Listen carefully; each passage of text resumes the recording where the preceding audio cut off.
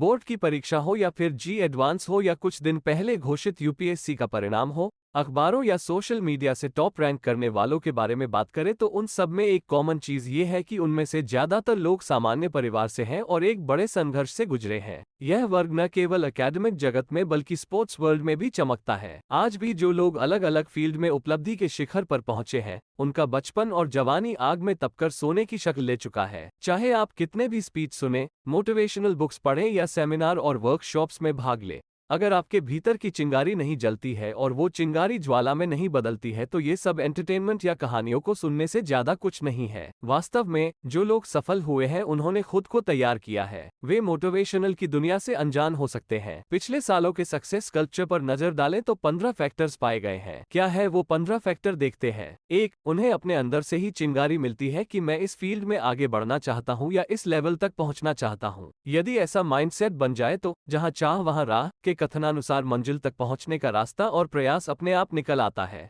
2. यदि आप जहां और जैसे हैं संतुष्ट हैं तो लक्ष्य प्राप्ति संभव नहीं है। 3. भले ही आप कंफर्ट जोन से घर आते हैं या 2 वक्त का खाना खाते हैं, सोते हैं और बाकी समय रेगुलर काम करते हैं, तो भी लिमिटेड प्रोग्रेस होगी। हर कोई अपनी जीवन शैली और जीवन स्तर चुनने के लिए स्वतंत्र है, लेकिन एक सफल व्यक्ति बिना घड़ी देखे अपना काम करता है और एक संतुष्ट व्यक्ति बिना घड़ी देखे आराम करता है। 4. याद रखें, सक्सेस अनकंफर्टेबल चीज है। एक व्यक्ति दुनिया की नजरों में सफल हो सकता है, लेकिन वही व्यक्ति जो कुछ भी उसने हासिल किया है उससे संतुष्ट नहीं हो सकता है। प्रत्येक सफलता सीढ़ी के एक और पायदान पर चढ़ने के लिए प्रेरित करती है। 5. ज्यादातर सफल लोग एक से अधिक बार असफल हुए हैं, लेकिन इसे बिना निराश हुए एक चुनौती के रूप में देखते हैं। उनके सामने आई हुई प्रॉब्लम्स को सीढ़ी में बदल देते हैं।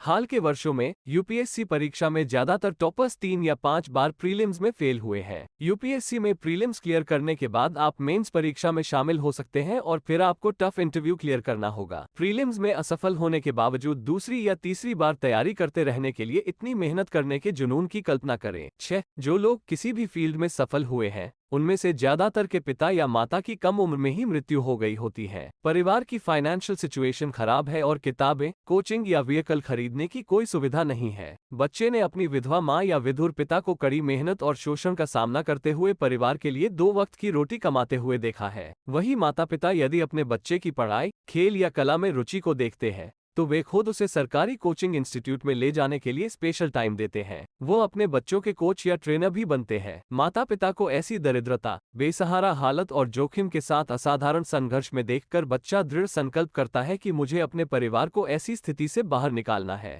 एक टॉपर की माँ दूसरे के घर खाना बनाती है तो दूसरे किसी की माँ दूध की दुकान पर बैठती है। खिलाड़ियों का भी यही हाल है। अगर हम लिस्ट बना लें तो हर किसी की बायोपिक बन सकती है। मसलन क्रिकेटर रिंकू सिंह के पिता आज भी गैस सिलेंडर पहुंचाते हैं। वसीम जाफर के पिता बस कंडक्टर थे। तेज गेंदबाज उमेश यादव के पिता कोयला खदान में मजदूर थे।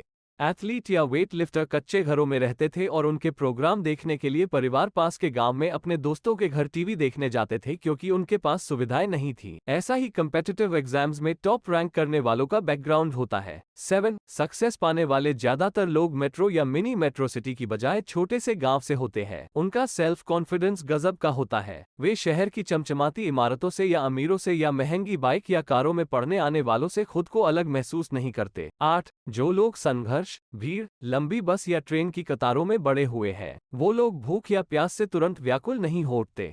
गर्मी और ठंडी के मौसम में कुछ किलोमीटर चल सकते हैं। उनमें शहर के या फाइनेंशियल रूप से संपन्न स्टूडेंट्स की तुलना में अधिक सहनशक्ति होती है। उनके मन में एक ही लक्ष्य होता है और यह स्पष्ट है कि इसे हासिल करने की चुनौतियां बहुत ही मुश्किल रहेगी। उन्हें अपने परिवार को फाइनेंशियली स्ट्रांग बनाना है, जबकि दूसरे स्टूडेंट्स ने दूसरों को देखकर अपना कैरियर चुना होता है। माता पिता समाज में ये कहना चाहते हैं कि मेरा बच्चा इस एग्जाम की तैयारी करता है या खेल या कला की क्लासेस में जाता है। उनके लिए ये फैशन या रुतबा है, जबकि जो हासिल करना चाहते हैं उनके अंदर एक रोशनी होती है। वे किसी को कुछ साबित करके नहीं बताना चाहते हैं। उनका लक्ष्य केवल खुद को साबित करना होता है। 9. यूपीएससी में टॉप रैंक करने वालों में एक खासियत यह है कि अपने ही छोटे से गांव या जिले के अधिकारियों को गाली गलौज या भ्रष्ट देखकर उन्हें यह महसूस होता है कि देश में उनके गांव जैसी स्थिति है। अगर देश में बदलाव लाना है तो हमें बैठकर गुस्सा या बगावत का रोना नहीं, बल्कि हमें ही एडमिनिस्ट्रेटिव विंग में शामिल होना चाहिए। कुछ सफल उम्मीदवारों ने यह भी महसूस किया कि वे राजनेताओं के बजाय ऑफिसर बनना पसंद करते हैं। 10. कुछ राज्यों के कुछ पिछड़े जिलों या कुछ जाति और समुदायों में एक नया चलन भी देखा जा सकता है। जब बच्चा 8वीं से 9वीं क्लास में होता है तब माता पिता और समाज तभी से ऐसे प्रोग्राम आयोजित करते हैं जो यूपीएससी लेवल की एग्जामिनेशंस की तैयारी के लिए बच्चों को प्रेरित करता है ताकि वे सिविल सर्विसेज सहित कम्पिटिटिव एग्जाम्स को पास करने के लिए अपने बच्चों का लक्ष्य बना सकें। वे उन स्टूडेंट्स को अलग कर देते हैं जो डॉक्टर और इंजीनियर या अन्य नियमित ब्रांचेस में नहीं जाना चाहते हैं। मंडली के नेता अपने समुदाय और जाति के सदस्यों को समझाते हैं कि हमारे बच्चों को आगे चलकर सार्वजनिक सेवा में प्रतिनिधि होना चाहिए। वे हमारे समाज, गांव या राज्य या देश के सकारात्मक और नीतिगत मामलों में महान योगदान दे सकते हैं। बिहार राज्य की मिसाल और प्रेरणा अब दूसरे राज्य ले रहे हैं। 11 अब एक परिवर्तन ये भी देखा जा रहा है कि यदि आप किसी गांव या शहर की लाइब्रेरी में जाते हैं तो आपको अखबारों और मैगजीन्स के रीडर नहीं बल्कि कम्पिटिटिव एग्जाम्स की तैयारी करने आने वाले स्टूडेंट दिखाई देंगे। इस प्रकार लाइब्रेरी रीडिंग रूम बन गया है। एक प्राइवेट रीडिंग लाइब्रेरी भी है। जातियों, संप्रदायों और यहाँ तक कि उन समाजों ने स्टूडेंट्स के लिए अपनी वाड़ियाँ, गेस्ट हाउस और हॉल खोल दिए हैं। अब एक नई व्यवस्था का निर्माण किया जा रहा है जिसमें एक छोटे से गांव का स्टूडेंट शहर में आ सकता है और मिनिमम कॉस्ट पर भोजन कर सकता है। डोनर्स ने मेरिटोरियस स्टूडेंट्स को उनकी हायर एजुकेशन के लिए अलग से पैसे या लोन दिया है। सराहनीय बात यह है कि रीपेमेंट की कोई शर्त न होते हुए भी स्टूडेंट आगे चलकर अच्छी कमाई करने पर इतनी या अधिक सहायता राशि वापस कर देते हैं। 12